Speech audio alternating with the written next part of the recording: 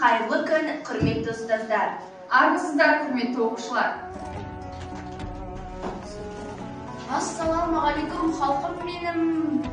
Қаз дауысын қазбегім келді міне. Бәрін түгел жинағыңдар. Сендерге айтар 10 түрлі жұмбағым бар. Соны шешіңдер. Айтыңыз. Айтсам 10 түрлі жұмбағым мынау. 1, 2, 3, 4, 5, 6, 7, 8, 9, 10. Не деген жұмбақ? Осындайда шешемей, осындайда жұмбақ бола ма екен? Аға, бұл жұмбақты мен шешейін. Рұқсат, рұқсат.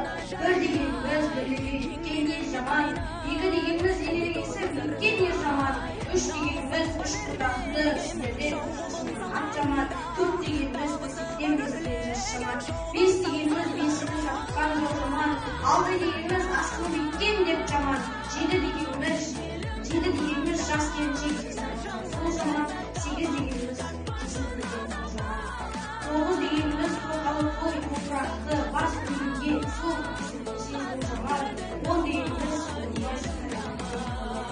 Рахмет, дәл тауып шештім.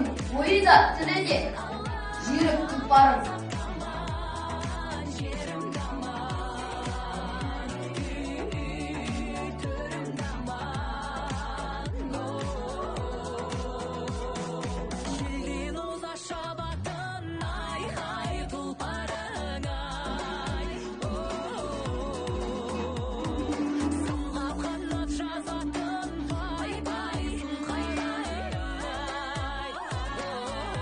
Оғанда бір балаға дауласқан екі әйел биден шешім сұрауға келді. Бала өзіндегі кішкентай кезінен бастап өзің бағып, өзің қақын қойып, қалай ғана мені түсіре аласың, өз баламды, өз туған баламды сағынбай беш қоямын.